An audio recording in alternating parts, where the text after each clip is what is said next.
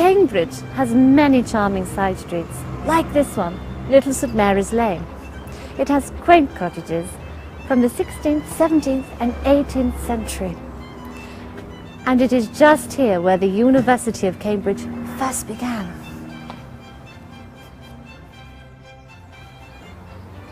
We are in Little St Mary's churchyard.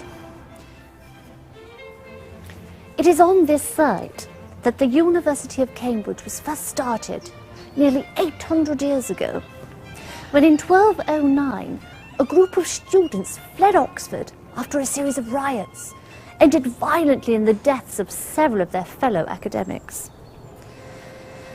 When the students first arrived in Cambridge, they lodged in St Peter's Church, which stood on these grounds.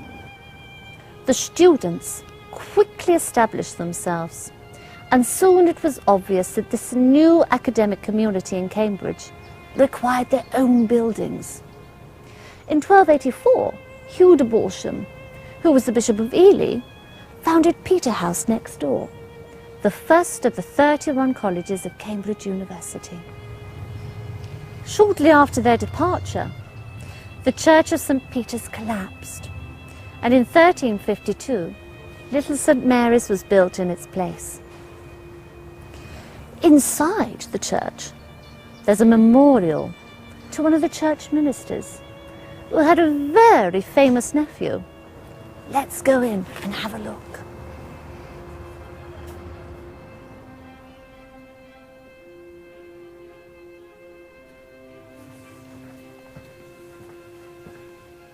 This is Godfrey Washington's memorial.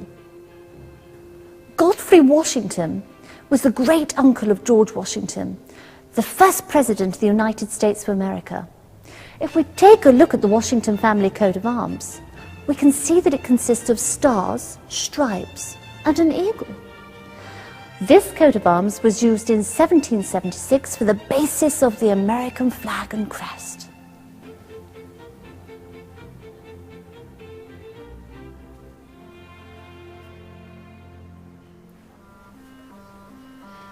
Next to Little St Mary's Church is Peterhouse, the oldest of the 31 colleges of Cambridge University. Parts of the college are over 700 years old. The galleries and chapel at Peterhouse were built in 1632, while Matthew Wren, who was Sir Christopher Wren's uncle, was the college master. Peterhouse today has approximately 300 students, and it is the smallest undergraduate college of the university. Like many of the colleges at Cambridge, Peterhouse has had a number of exceptionally brilliant students, including William Brewster, who was the leader of the Pilgrim Fathers, who founded the first permanent European settlement in New England. Charles Babbage, who invented the first computer. The engineer, Sir Frank Whittle, who invented the jet engine. And the scientist, Henry Cavendish, who was best remembered for weighing the Earth. He estimated the world to be 6,000 million tons. He must have had very big hands.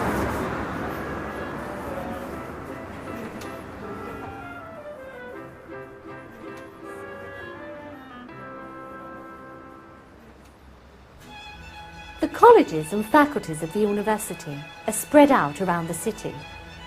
A walk along any of the city streets will take you past university buildings.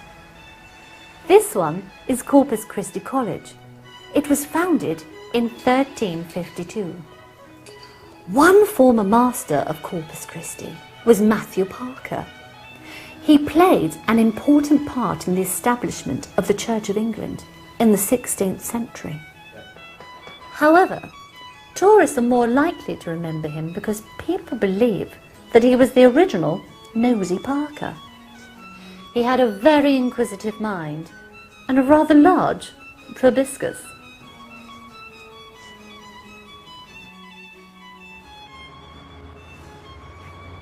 The city of Cambridge today has over 100,000 inhabitants. However, Students and residents are encouraged not to use cars, making Cambridge a very pleasant city.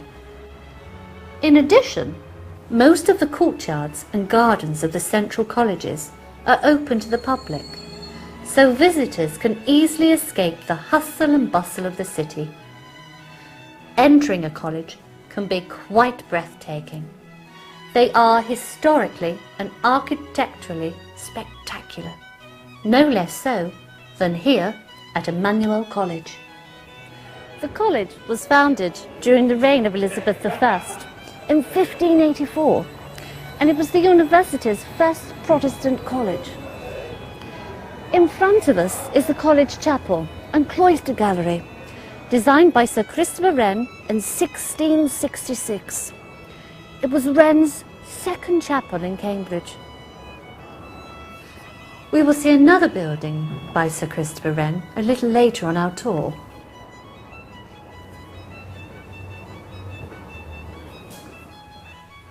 Like most of the 31 colleges of the University of Cambridge, Emmanuel is centred around a number of beautiful courts.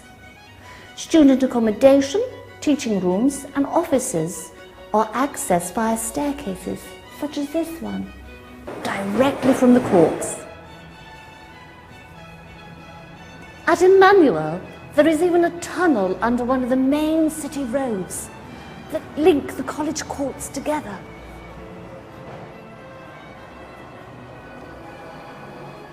The university and its colleges are associated with many important events in English and world history. Emmanuel College itself played a very significant role in the establishment of the English colonies in North America. During the 17th century, Emmanuel College became the centre of new Puritan thought. Many of its graduates emigrated to New England to pursue their religion in their own way, greatly shaping the religious character of the United States that we know today. One of those students was John Harvard. He emigrated in 1637. Unfortunately, a year later, he died of consumption.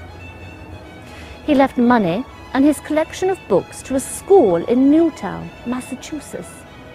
In his honor, the school was renamed Harvard University, and Newtown in Massachusetts was renamed Cambridge. How original!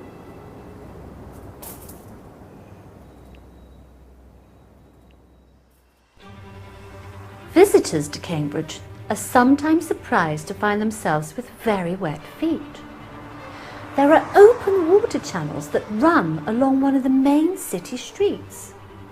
To find the source of the water, we need to make our way to a monument on Trumpington Street.